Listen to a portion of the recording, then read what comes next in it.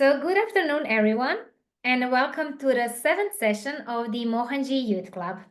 It is my great pleasure to open today's workshop on a topic that is not only important, but it is truly, truly essential for all of us. This is the psychology of crisis.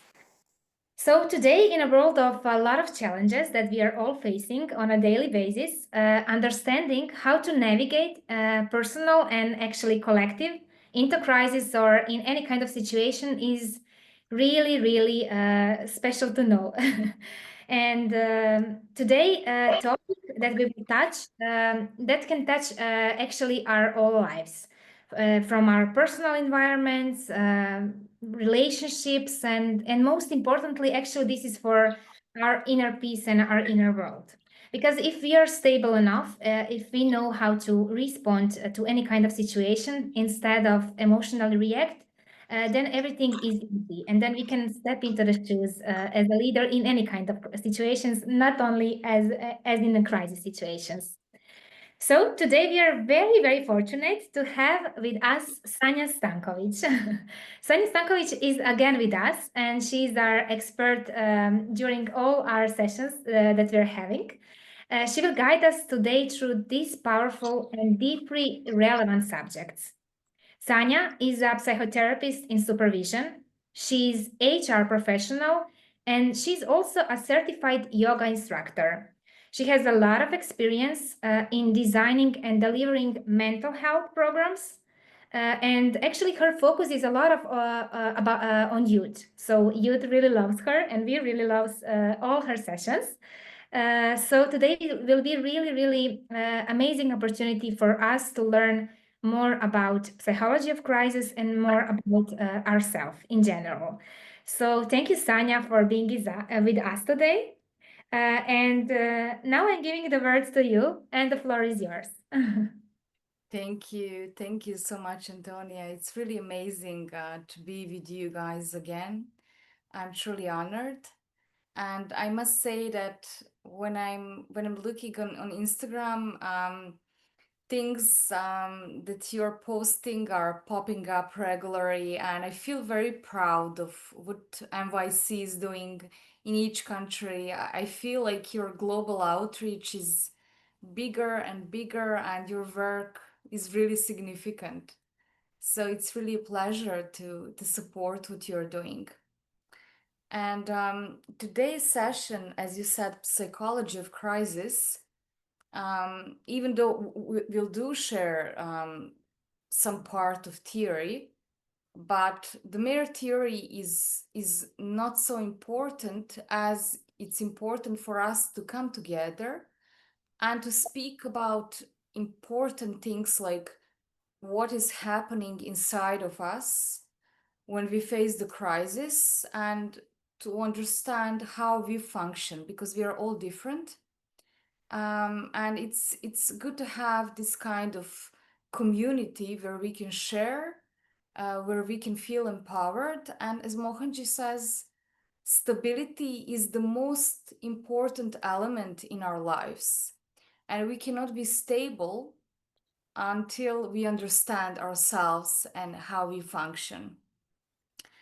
Um, you mentioned about emotions, and I must say that emotions will arise for sure. Emotions will come, but it's important that we understand what is happening, how we are reacting, and how we can support ourselves. So let's not be too ambitious that we will not feel emotions. As I used to work as an emotional intelligence trainer for several years, and I would always laugh when people would come expecting that, and saying, oh, well, my expectation is that I won't feel emotions when, I want to be calm. And I'm just laughing because I wouldn't say that's possible. That's only possible as a way of, how to say, defense mechanism, when we are dissociating, or suppressing things. And we all know what Mohanji is the first one who's saying, what suppressing is bringing to us. And that just doesn't work in a long run, and it's just delaying of something that's multiplying. So that is why we are here. But before we start discussing, I would love just to see each of you, just if you can say hi, your name and the country you're coming from. I would love that. Hello, my name is Antonia. I didn't introduce myself, but most of you know me because we are every weekend together. You're super famous. Everyone knows you. We are all super famous, even you. Okay, Pala. Hey, I'm Palvi from India. Awesome. Which city? Hyderabad, state is Telangana. I know Hyderabad. Great to have you here. Lucia, please. I'm Lucia from Croatia. Ciao, Lucia. Ciao. In which city are you currently in Croatia? Velika Gorica. Velika Gorica. Great to have you today. Let's go to Ekaterina. Hi, I'm Ekaterina. I'm from Macedonia, Skopje.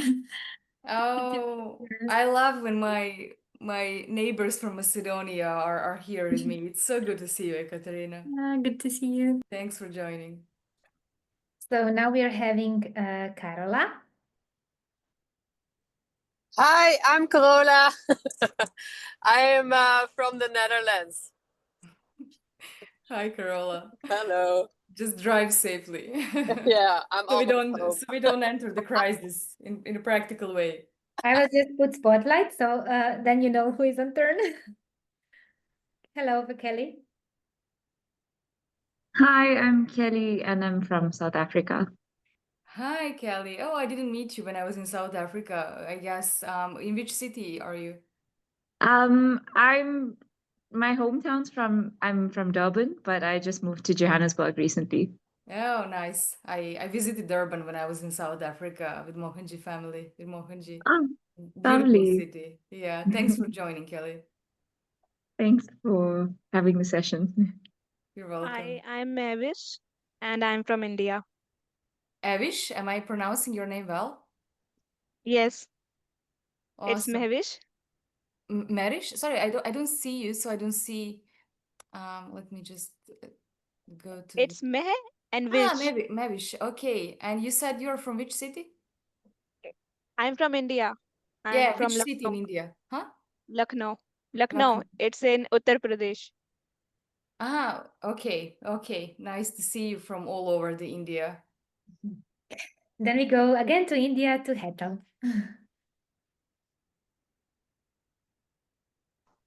Hi, my name is Hetal and I'm from India. I live near Mumbai.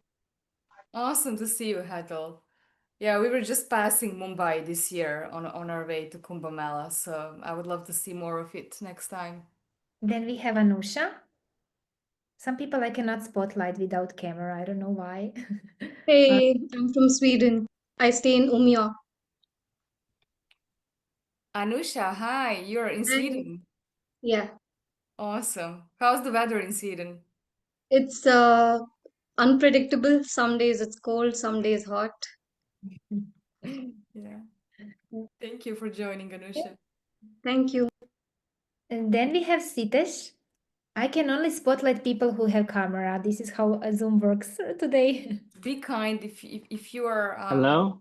Hi. If you can, it'd be nice to see your face. Hello, I'm Sitesh. I'm from South Africa, Durban. Hi, Nice Sitesh. to meet I didn't everyone. see you, but it's nice to hear you. Oh, sorry. Very Should nice. be able to see me now.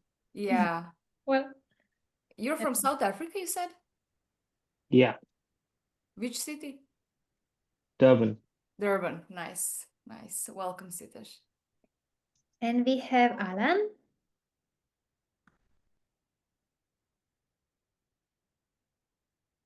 I met Alan. Hello. Right, Alan? Hi. I'm Alankrit and I'm from Bhopal, India. You're from? Bhopal, India. Gopal. Bhopal in India. Yeah, Bhopal, Nice. BHUP. Yeah. Thank you. Thank you for joining again. Nice to meet you. Nice to meet you as well. As I see, everyone is introduced. Awesome.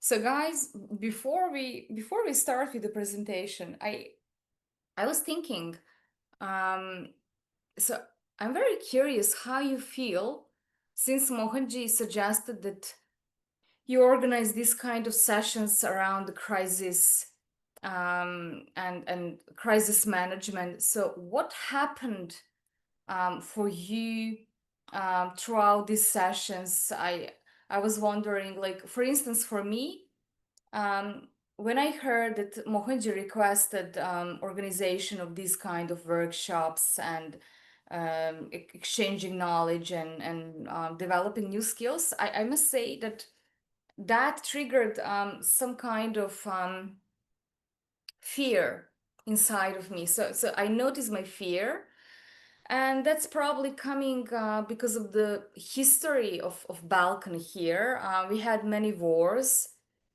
and then just the mere mentioning of the crisis and what could possibly happen, it's so disturbing for me. But then when I started thinking about it, I realized that's really good. And I know that Mohanji spoke several times how he personally was managing the crisis. So I was wondering what happened with you when you first started, when you first heard about these sessions or started creating them, participating. What was your experience? Let Ekaterina share it first.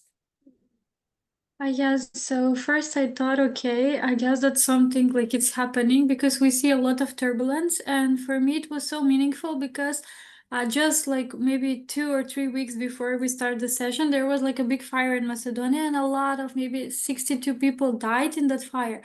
And many of them were just teenagers that didn't know how to exit, how to cope with it. I said, like, really, we don't learn this at school, so this will be very useful to know. And now currently I'm with contact with one girl from MYC that is in Iran, and there is war there. And she is like so freaked out. She was just sending me message like, I guess that because it's in her neighborhood, and she said like, okay, I guess I need to pack. Like 3 days ago we were happily chatting, but now I will be a homeless person, a refugee going somewhere. And I said like, this is happening so fast, and she is freaked out. And I said like, we are having this course at the right time because we really need to be practical in those things. You will have to go through the crisis, but it will be wonderful if we just know how to cope with it. And since the world is going crazy, I think that this course is a must for everyone. So I was happy that we started, especially now, like something in India, something in Iran, Macedonia, there was some flood somewhere. So I'm happy to have this and learn as much as we can. Thanks for sharing. That's really true. And I heard about what happened in Macedonia. It was really, really disturbing for us as well.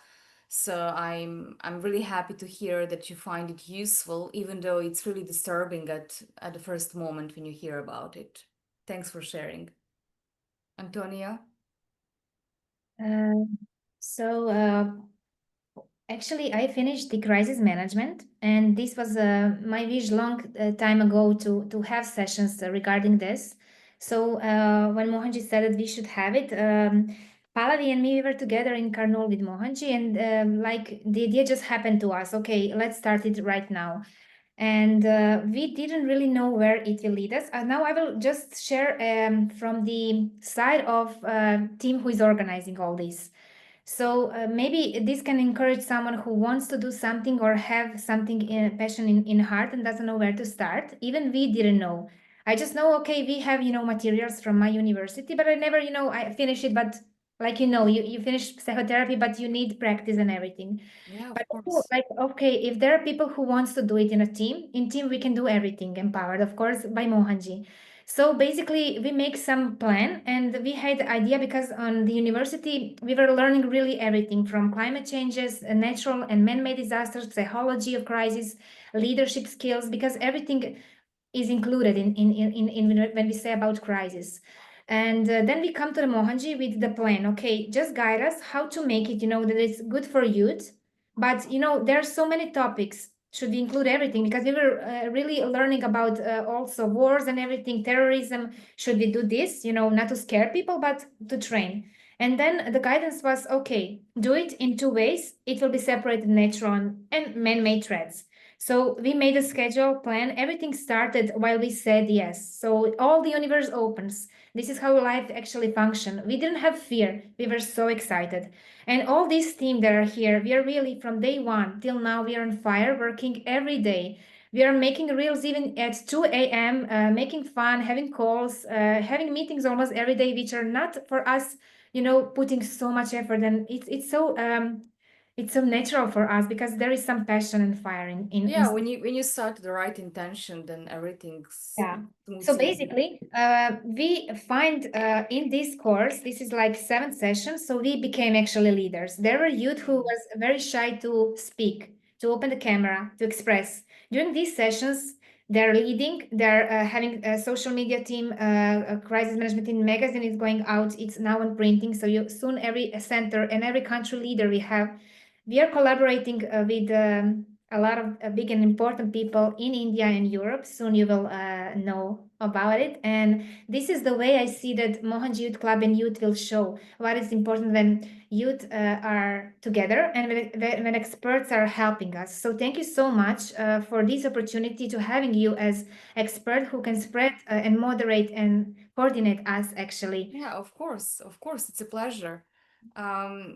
Yeah, okay, then let's start, and Yeah. we will speak throughout it. Just a sec. Just confirm if you can see like the whole screen.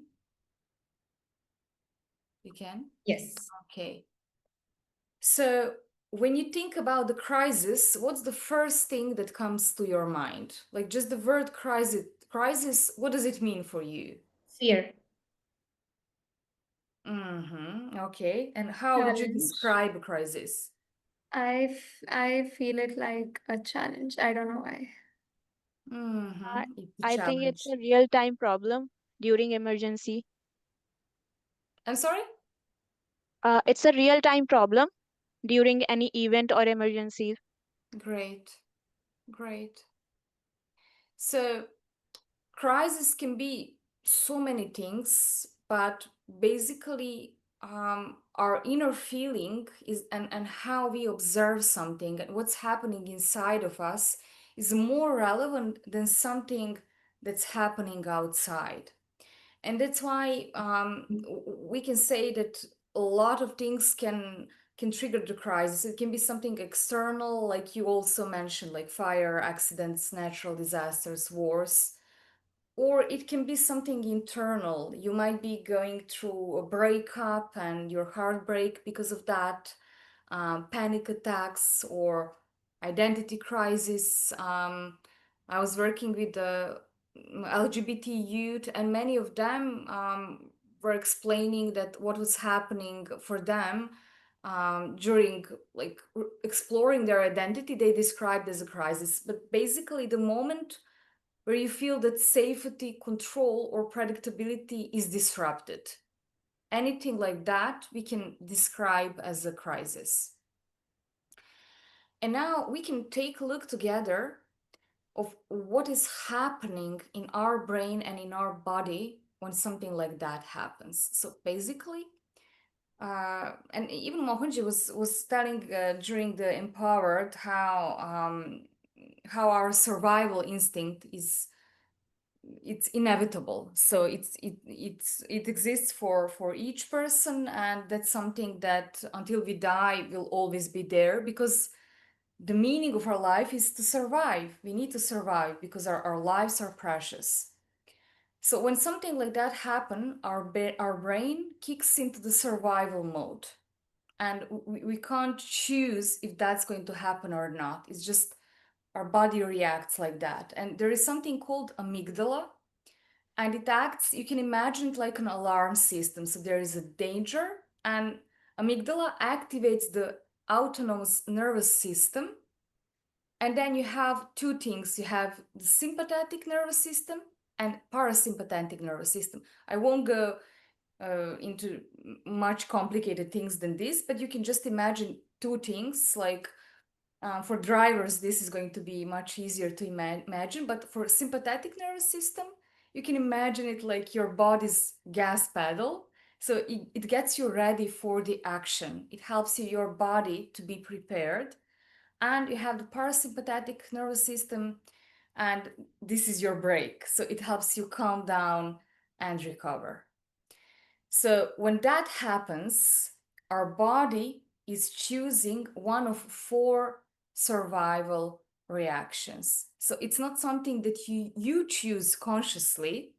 That's not possible, but your body is choosing that. So they called like 4 Fs, like fight, flight, freeze, and fawn.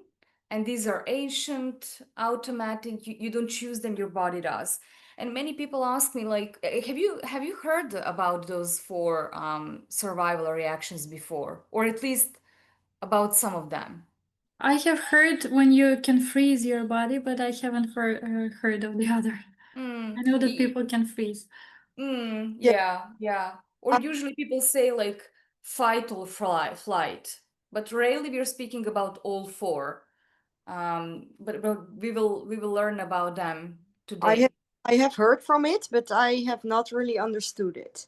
Is this Parvati? Because Yeah. I can't see, but I recognize your voice. Hi, Parvati. So happy you are here as well.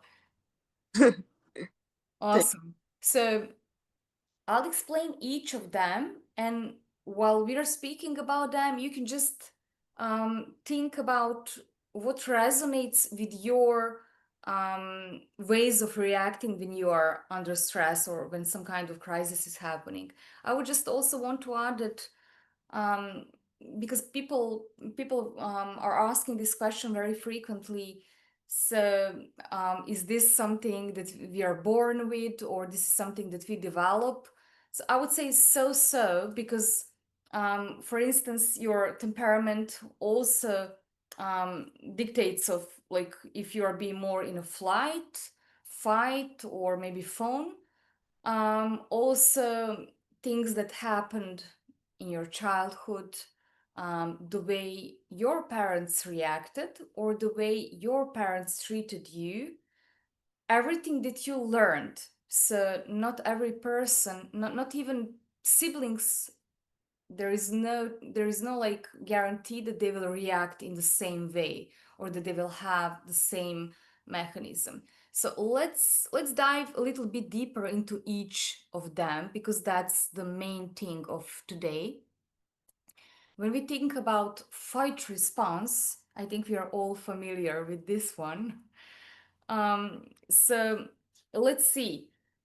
This person, we can recognize them because they are very loud. They feel like they want, not that they want, they feel like they need to be in a control. So they usually takes charge, yelling, commanding others. For instance, during some crisis, you can hear them shouting, "Go, move," etc., etc. So for people in a fight mode, it's like their nervous system is saying, "I'll be safe if I take charge." So that's their way of coping. And if this is your mechanism, how you can help yourself, you can use your body to release this kind of tension. So if you can move, you can stretch yourself, or even run. You can use deep breathing to calm yourself, because they will need a lot of calm. And you can use some calm inner talk, like saying, I can pause, or I don't need to be in charge of everything and everyone. So like releasing that kind of ownership will release that aggression inside of us. And if you have someone in your team that has this kind of fight response, you can support them in helping them to stay calm. It's good to give them choices, because if you just say calm down, that's not going to work, because they need to channel that kind of energy. So you can offer them like, are you staying here or you want to go to that side with me? So that kind of giving them choice, including them, that will make them more calm. Okay, so let's go. Can I Yeah, have can I ask one question? sure. Like somebody who is in the flight response, Fight response? yeah, a flight response. Flight? Okay, but we are now just going to explain flight. Oh no, the fight, Yeah. right? I'm sorry, the fight. Like, does that person yells all the time, or can you also have like only small parts of it, not like the whole thing? They don't need to yell. Some of them are yelling. They can be very loud, or just talk too much. But also they can show like this kind of aggressiveness, even like, non-verbally. You can see their jaw, the way how they move with their body, frowning and everything. So you can get easily, you can be nervous around them because of that kind of energy. So they can shout, but that's not necessarily. No, it's the whole energy that you get nervous because they feel it in them. Their nervous system is working, so you feel like like they're restless. Yeah.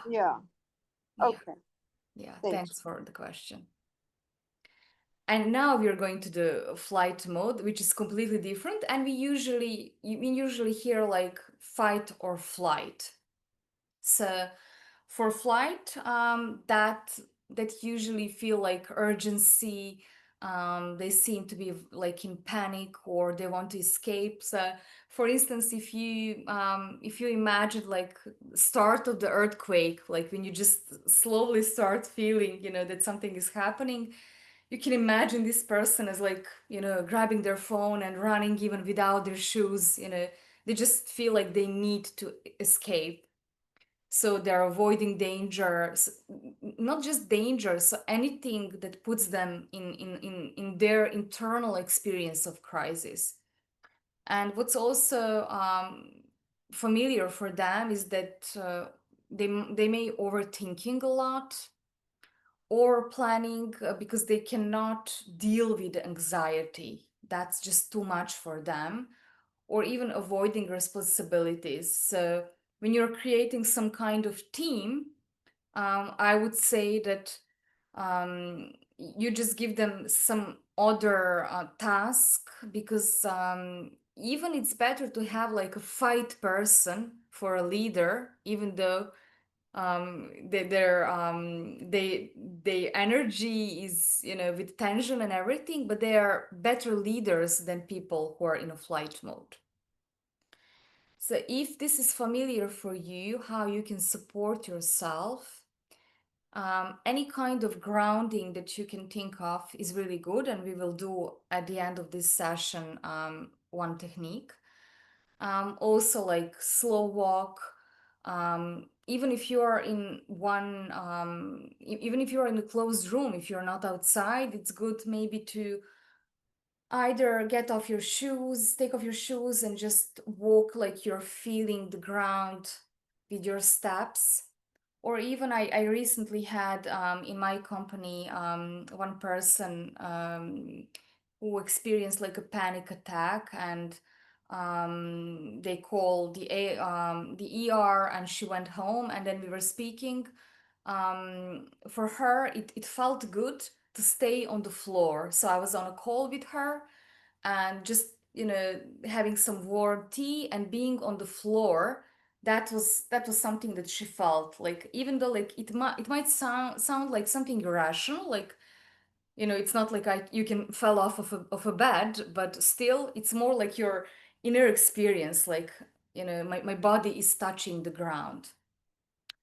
And if you have a person that you need to support, you just need to be in charge to help them to slow down, to just help them understand that they're safe, and to have some structure steps for them. So usually that's why in companies you can find all these steps that people need to follow if it's a fire or something. And this reminds me of I was working in one lawyer's office, and these lawyers were representing the cases where we had like the worst fires that happen in my city.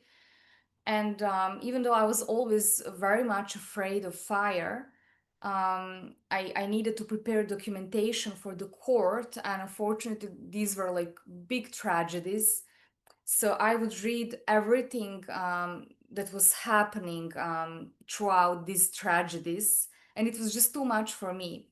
And then when I started working as an HR in one gaming company, they gave me a role within my HR team to be a responsible person for with, of course, not just by me, but I was chosen. It was interesting for me. They chose me, and I was so much afraid of fire. And especially after this working for these lawyers, where I read, people who were a part of these tragedies, how they felt if they survived. They were basically seeing the panic and everything, and they were witnessing of people who were so afraid that they couldn't leave that, so they lost their lives just because of the panic.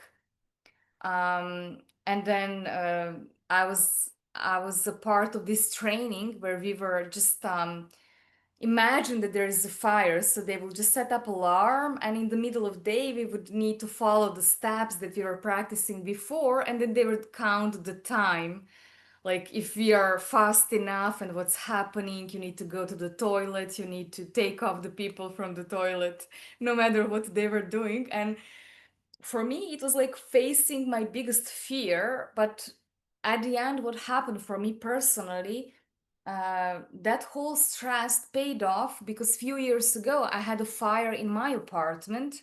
So I faced one of the biggest fears in my life, and all these preparations and steps, and knowing I had a toaster on my oven, and when I just went with my dog for a few minutes, and when I entered my building, I felt the smoke and the smell, and smoke was coming from my apartment, and my dog ran away.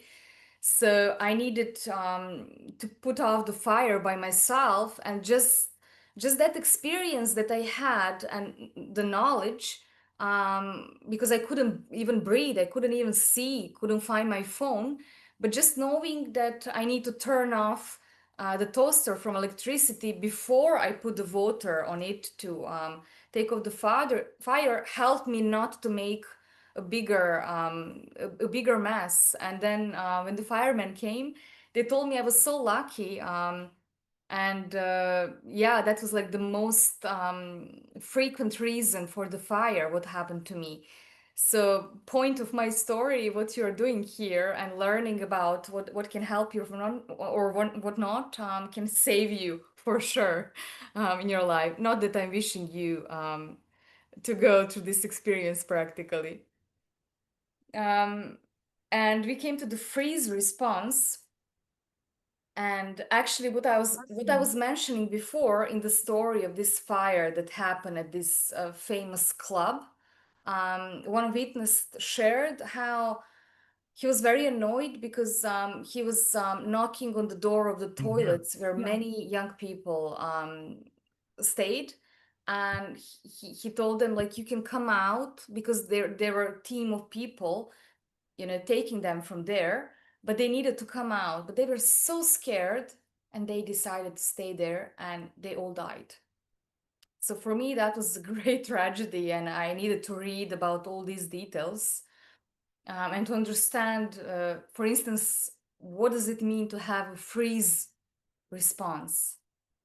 So on the surface, it can look like someone is doing nothing, but inside they're overwhelmed. So for instance, you can have a fire, and imagine a person just standing and just gazing into that fire, and you think that this something is not okay with this person, but they're just freezed, because it's the body's way of saying this is too much, so let's just shut down to survive. And I think, like, even in the animals world, this is evolutionary something that we took from the animals, but today this is not helpful. So you may find in animals world, that some animal is just pretending they're dead. They're just they enter in some kind of state. But for us, usually this is not helping. Parvati, I see that you raise your hand. Yeah. I just have one question. Is it also possible to have, because I feel like I have this freeze response, but after that I'm going to the flight. Is it possible to have like a mixture, or Yeah. or do you only have like one?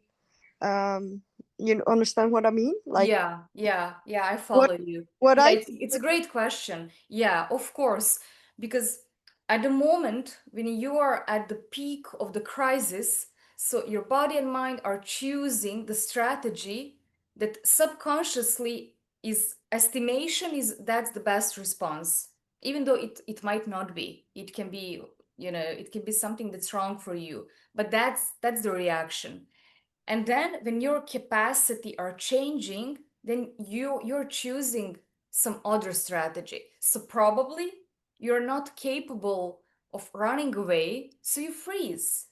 Yeah. And then after something change, it's like your capacity is changing and rising, and then you can run away, right? Yeah. So I think like especially like female victims of like violence, especially like sexual abuse, assault, something like that. Many women describe that like at first, like I couldn't move.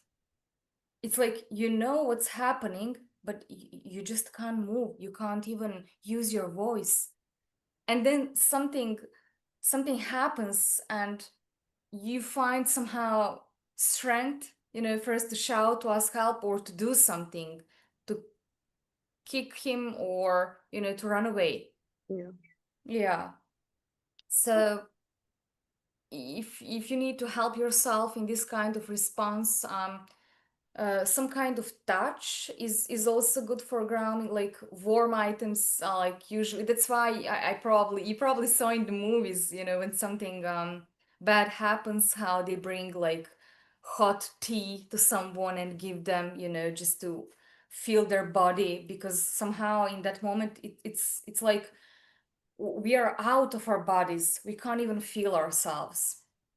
To have like some small movements, like wiggle your toes, fingers to stretch, that's also good. And also, if you're working with someone, so you have a colleague or someone in your team with this kind of response, you want to support them, then just your gentle presence, maybe to whisper like you're not alone, you're safe. So it won't help like if you're aggressive, or sometimes people like, oh, I just wanted to yell at this person, but this will not help with the freeze response.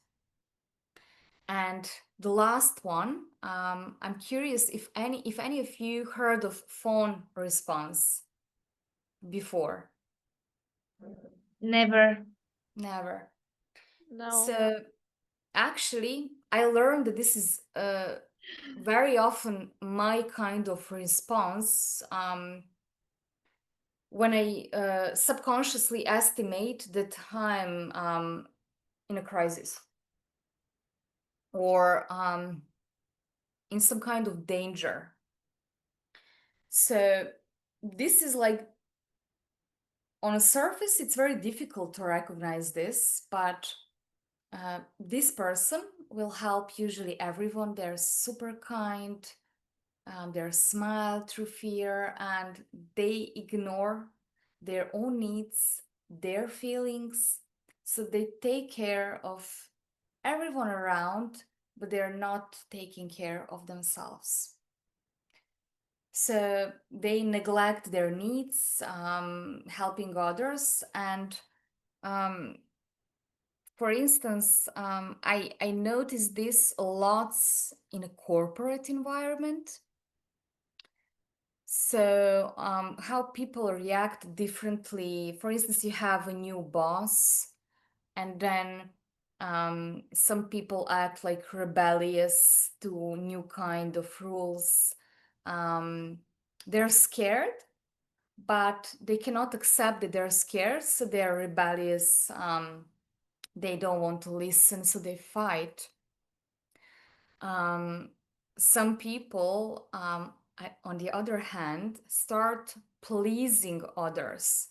So it's like you are recognizing that something is dangerous for you, and then you just want to please them in order for them to change their mind, or to minimize the chances that they will harm you. So for instance, you I've got a might question. yeah, sorry, I Is also this saw similar Sarah Bullet to raise her hand. Who is speaking? Sorry, I don't see you. Sitesh? Siddesh. Yeah, Siddesh, go on. Is this similar to Stockholm syndrome, That's a great where the victims see their association. captives are? It is connected. It is connected. And I'm really, it's really interesting that you mentioned it, because the first time I heard of phone, I also thought about that. The only thing is that Stockholm, I don't know if you guys also heard about Stockholm syndrome. You had, right? So the only thing is that when you have like a phone response, that's you adjusting your behavior because you estimate that you're in some kind of danger. So if some person is dangerous and you think that they might make you some kind of harm, then you're just smiling and you're doing anything possible to make them change their mind if they wanted to hurt you or something, or to do anything that will lessen the threat. And when we are speaking about Stockholm syndrome, that's usually something that happens after the danger. So we heard about these stories with terrorists, and when people were kept as hostages, and then once, even no matter how big the trauma was, they were actually so traumatized. So when the danger is gone and finally police comes and they're safe, they're like speaking very nicely about people who hold them as hostages. So it's similar, like unfortunately I see similarities with the children who go through abusing when they're young, but they're trying, and that's also subconscious strategy where you cannot accept that something is happening to you. So you see people who are abusing you like someone who is not doing any kind of harm, but you are you're It's holding Sitesh again. I've yourself got enough. responsible. I'm sorry? It's Sitesh again. I'm just curious, is this similar to the situation where you've got a bunch of kids and one who's being left out tries to please the group by doing certain things just to make sure they fit in? Is it a similar situation? So when you have a group of children and then one person is doing what? Okay, so you have a group of kids, let's just call them the popular group. And then Yeah. you've got one person who's completely new to the environment. Mm-hmm. They came from like overseas, completely new country, completely new environment. And they're just, they're going to the school for the first time. Mm. They try to please everyone else in that group because their crisis is that they've moved into a new environment and everything's changed. Yeah. So would this be considered a phone response? Yeah, it might be. So, yeah, and it's such an irony, right? Because you feel threatened and you have, let's say you are new in the school and then you have a group of bullies and you feel threatened by those bullies, but you join this group and you might even start, behaving in the same way and bullying other children, but actually you're doing that because you are scared. Is that what you had on your mind? Not exactly. Because my idea, it wasn't even about the bullies or anything like that. Okay, maybe I didn't It's just understand you. that Yeah. when you've got a smaller child, like let's just say 7 or 8 years old, because at that age group you'd have a different mindset. Mm-hmm. Like if someone takes your toy away, that's like a Mm-hmm. crisis for you. Mm-hmm. Yeah. So in that same sense, when you've been displaced from, the original community you were in, I've done architecture, so I have done a little bit of studies into community and how it impacts on, growth, development, especially in surrounding communities, how different, people connect. Mm. So I do have a little bit of knowledge about that. Mm. So what I'm trying to associate this with is that small child has been removed from that community, so they know nothing about this new community they're entering. Mm. And, they're going to school in this place of a year where they don't know anyone else. So Mhm. they try to change themselves Mm-hmm. to please others so they don't evoke a negative reaction. Yeah. Hey, I'm Yeah, using that all the is the big phone words today. response. Yeah. Yeah, it's a good example. And yeah, that's something that can goes under phone response for sure. So basically, we are not taking care of our authentic needs because saving ourselves and being safe for us is more important, is a priority than other needs. Sara Bulatovic, you raise your hand. Good to see you.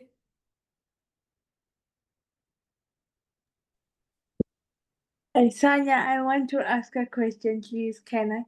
Of course, go on. How do we? I struggle with managing panic. So let's say I have a situation going on. How do I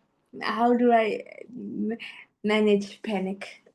Describe how does this experience feels and looks for you? How do you know that you are in a panic mode? What's happening inside of you?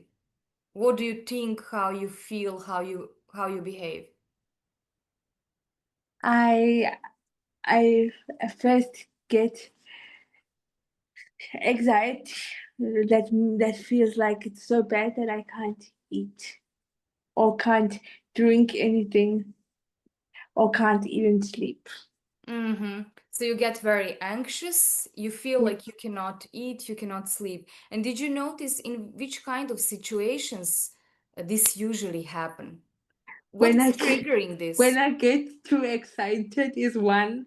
When something happens unexpectedly is another one. Mm-hmm. And also I find that I feel when something is about to happen even before it happens.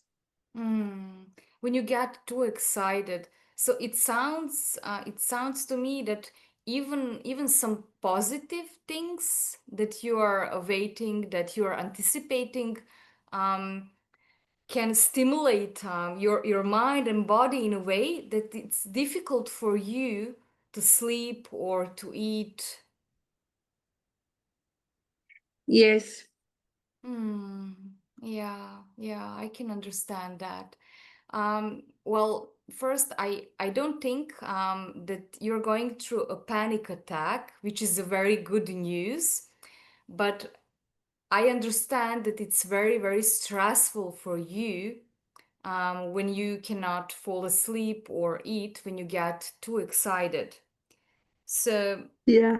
yeah, I would say that you probably might come with some strategy of your own, and I think it might be helpful for you to be aware when that's happening and to say to yourself, okay, Sarah, okay, I speak with yourself, like I see you are excited, so you got so excited that this is happening for you.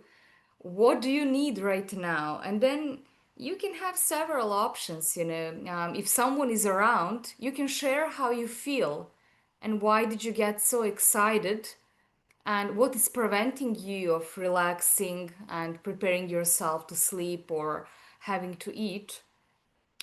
Also, some breathing techniques can help you. I know that you don't like to close your eyes, but that's not important. So you can just focus on something that's pleasant for you. And I know that you like Mohanji's eye card. So you Yes. can maybe just watch it as the Mohanji's eye card and breathe deeply and breathe from your abdomen, you know? Because when Yes. we are using abdominal breathing, that's like giving our brain sign that we are deeply relaxed. So even though you're not relaxed, when you start breathing like that for some time and you have some nurturing inner self-talk, like, Sarah, okay, that you're excited, but let's just lower that excitement level. So we just don't want to go from 10 to 0 because that's, you know, that's not possible. But let's say let me breathe until I feel that from 10 I went to 7 from start. And then when you go to 7, it's going to be more easy to calm down. And for going to sleep, I guess you will need to come to at least 2. So you might speak with someone, you might connect to Mohanji's eye card, do deep inner breathing, use nurturing self-talk. And one more thing, you can also use something like a pillow. I have a client, she's 40 years old, but she still uses her pillow that she has from when she was a child. And she didn't even Same give like this I. pillow. I used the pillow that I used when I was a child to sleep. Well, there you go. I That's a still successful can't sleep strategy. without it. There you go. I like that. Thank you for this question. And I've got another question also. Mm-hmm. So how do I've got one fear that I cannot overcome. I don't like a fear of I've got a strong fear of vomiting and feeling nauseous. Mm. Well, I would say that this is completely other topic that we cannot cover today on this session.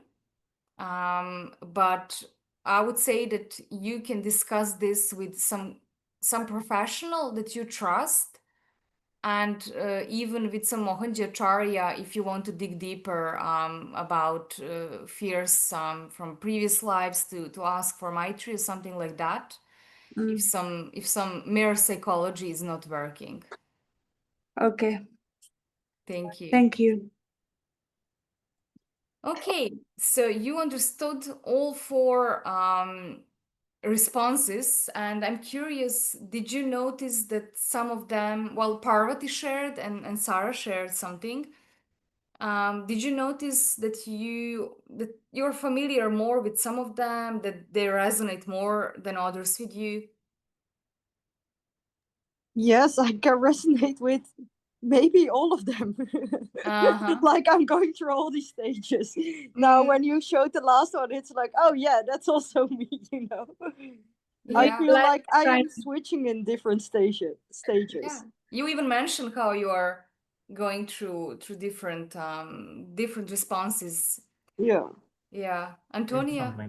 I can share that also the same with Parvati, that somehow if we go really deeper, we can say that maybe like a lot of days in life we have like into like a crisis, because for me today was really stressful to catch all the calls and everything, and it was actually some kind of, I don't know, it was a lot of stress. Like I was feeling like I'm in some crisis. So So it's, did you notice what was happening dominantly when you are in that kind of mode? I need to do everything. for me, I'm like, I think I'm everywhere actually.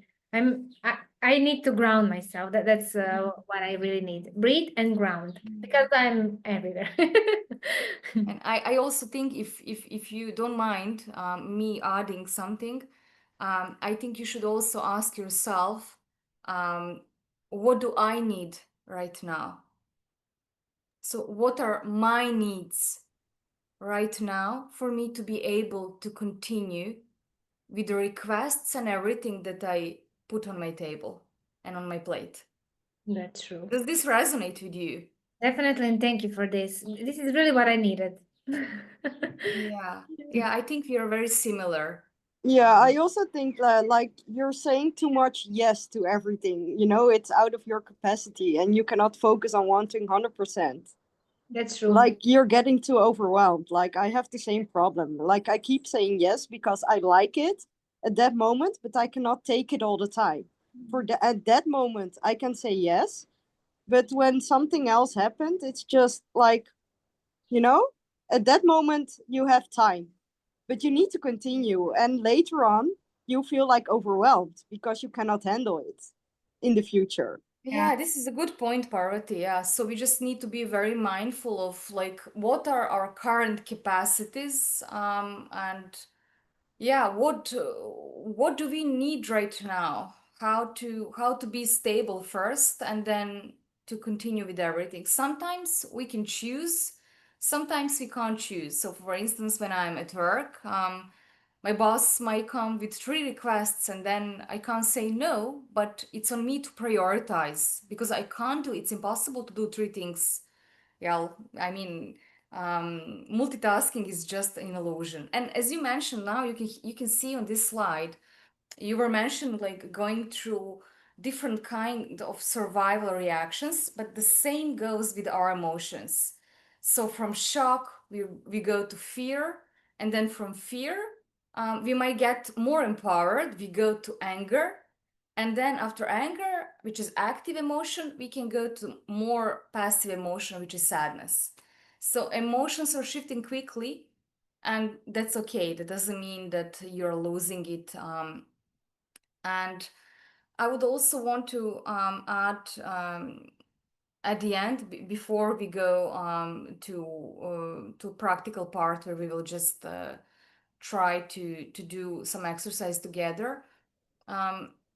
Depending on the intensity of crisis and how you experience that, you might also have some post-traumatic responses. So you might feel like that you're more grumpy, jumpy, like you're hyper alert. That's okay. So that doesn't mean you went crazy. It's just, you know, completely normal reaction. And for sure, you can overcome that because we are wired to survive. So some therapy sessions or some peer-to-peer groups of support, which I'm sure that we have here within Mohanji Youth Club, they might help just to discuss, to name what's happening inside of you and to explore what do you need after that. You should have support. You shouldn't be alone. Even if you needed to be alone during the crisis, you shouldn't be alone after that. So seek for support. And before we go to the practical tools, I prepared 2, very short. I just wanted to check about your questions. There are 2.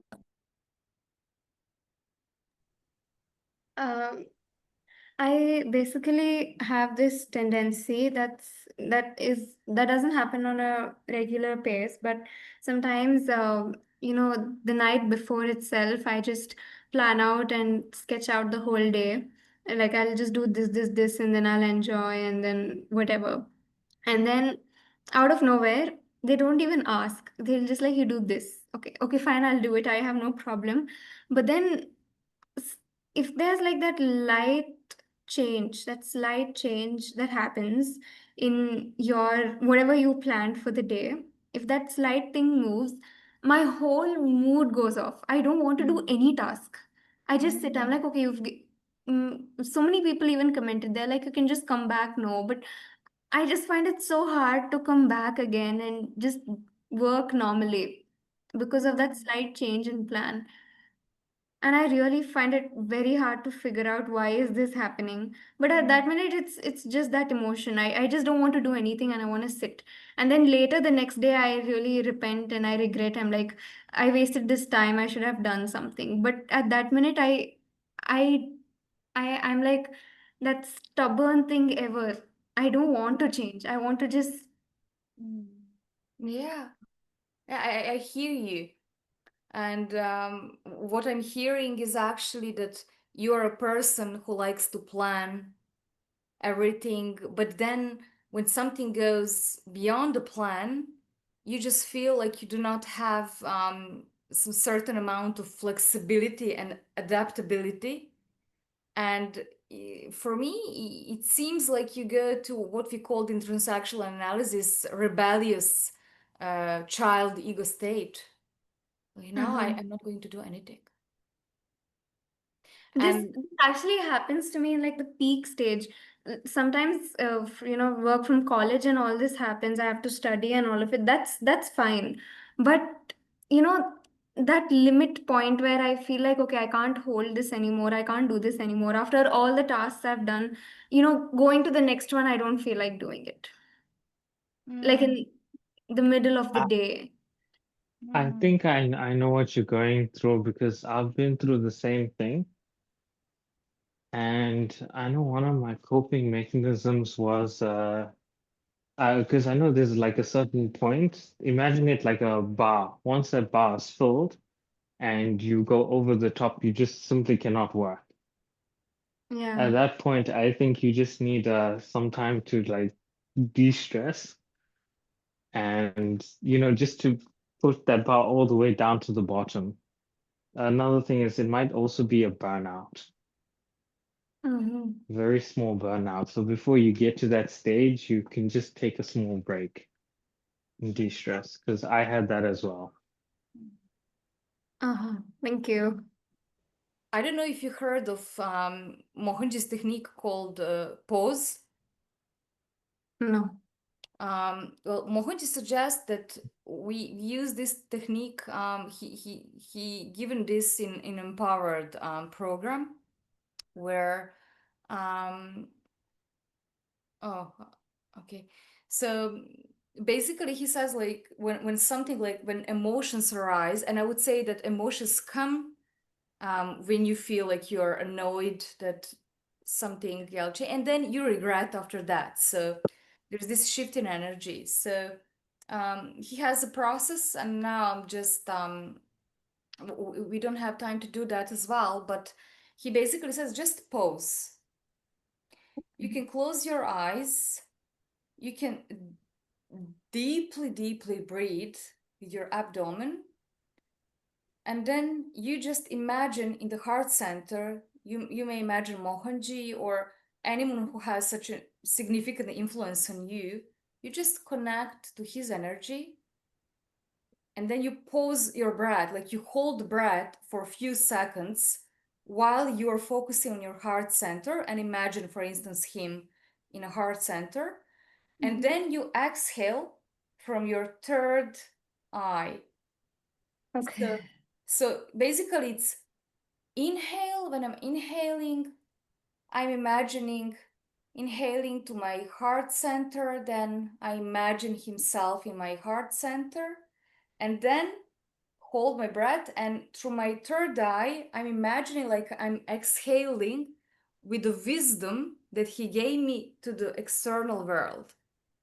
And you might do this for a couple of moments, like just a few minutes, and you will notice the change. Because when you pause, you will see when you finish that exercise that emotions and everything that's happening in your mind are not intense like they were before. And you will be capable to say, okay, so what I want for myself now?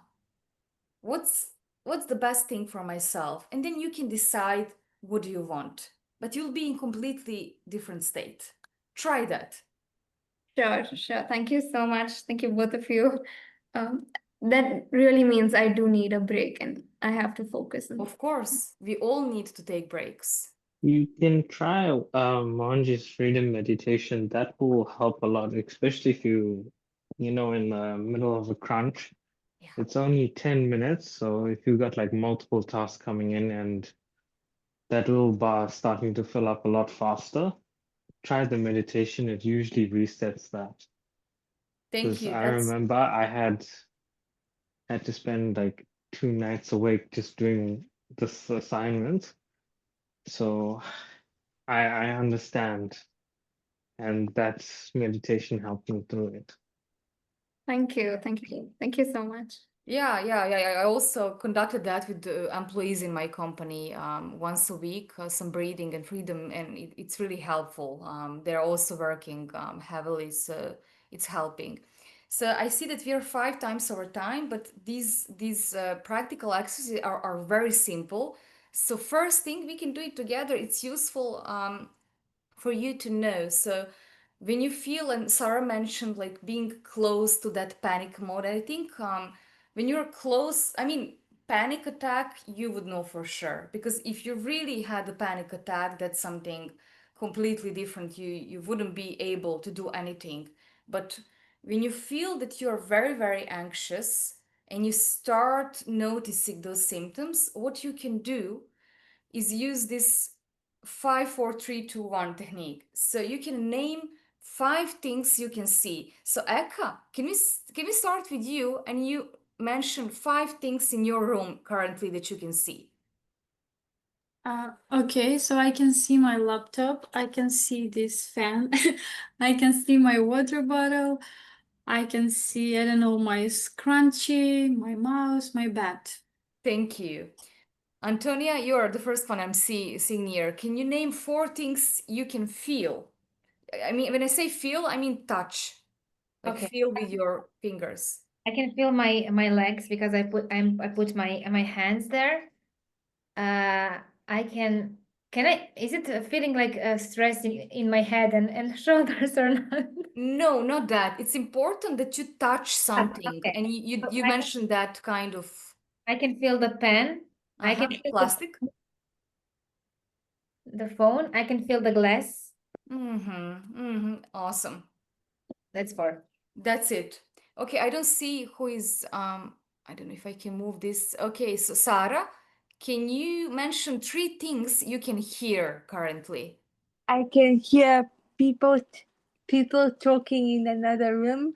I can hear cars moving outside. I can hear my wheelchair reacting on the floor of the surface. Awesome. I can hear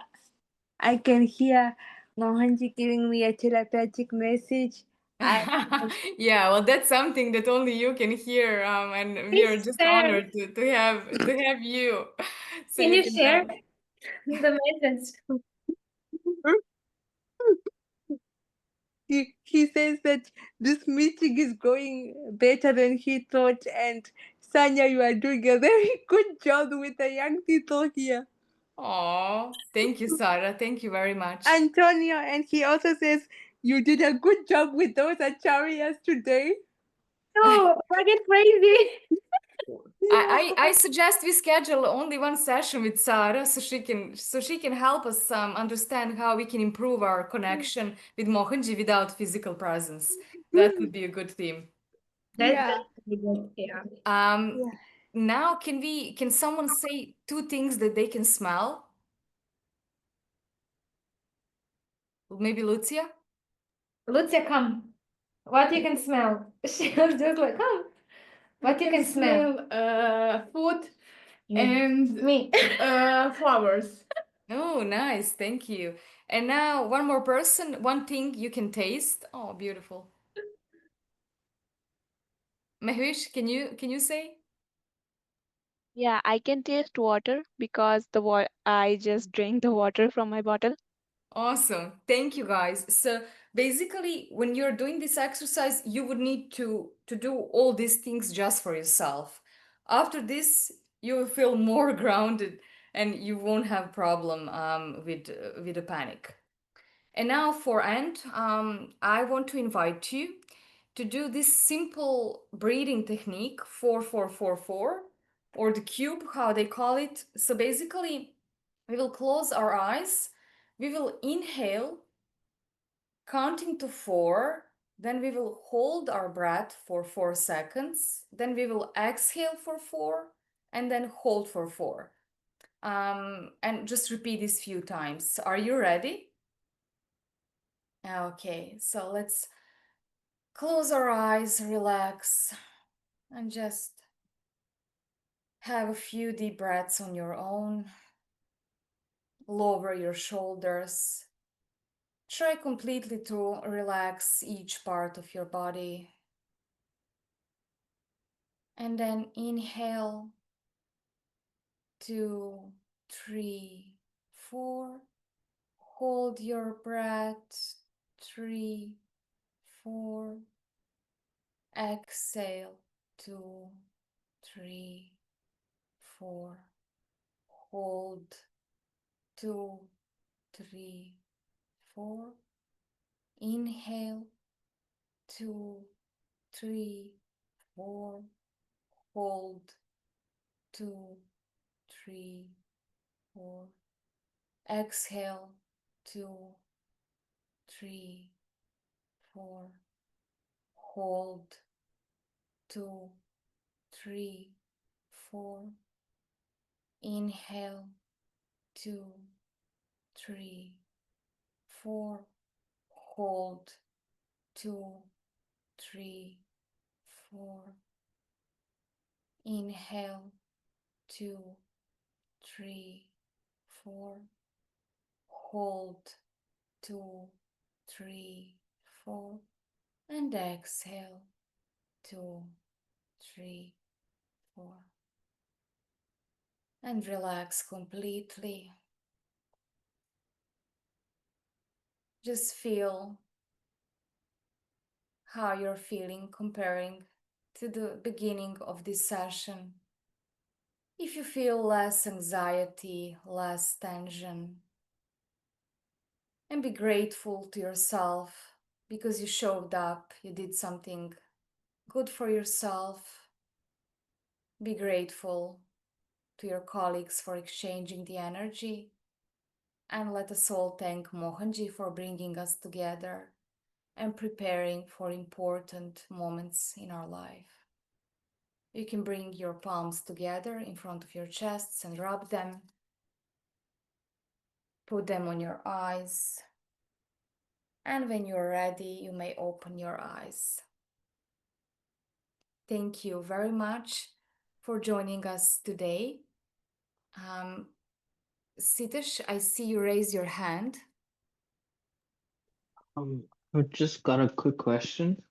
Sure. It was on the emotional crisis, because I saw you had 4 different stages, and what I'm thinking in my mind is the 5 stages of grief.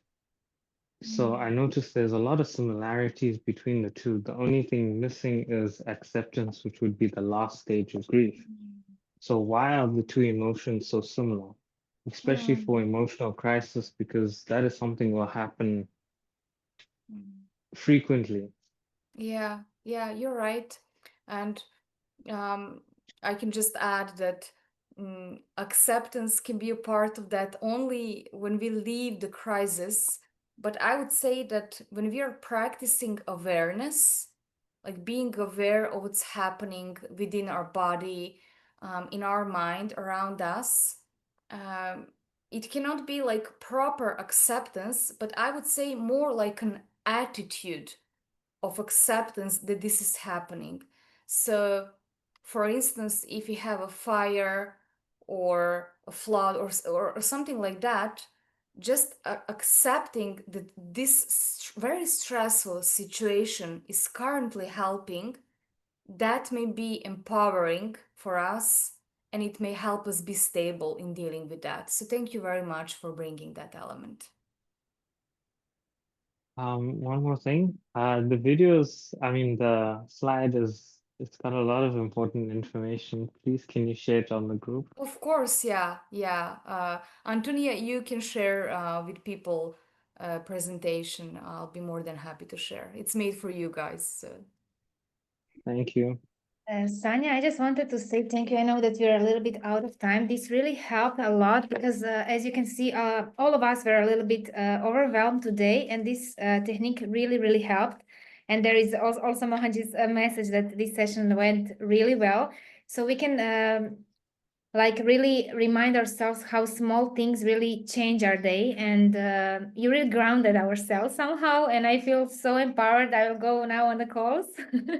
And just to let all of you know, I'm traveling tomorrow to meet Sara Bulatovic for the first time.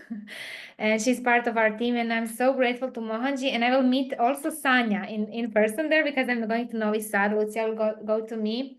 And we will go also to meet other youth club members from Serbia. So this from online sessions is becoming like into in-person sessions, which will also happen soon in India and everywhere in the world. So thank you for supporting these small but big things that we are doing, Youth for Youth.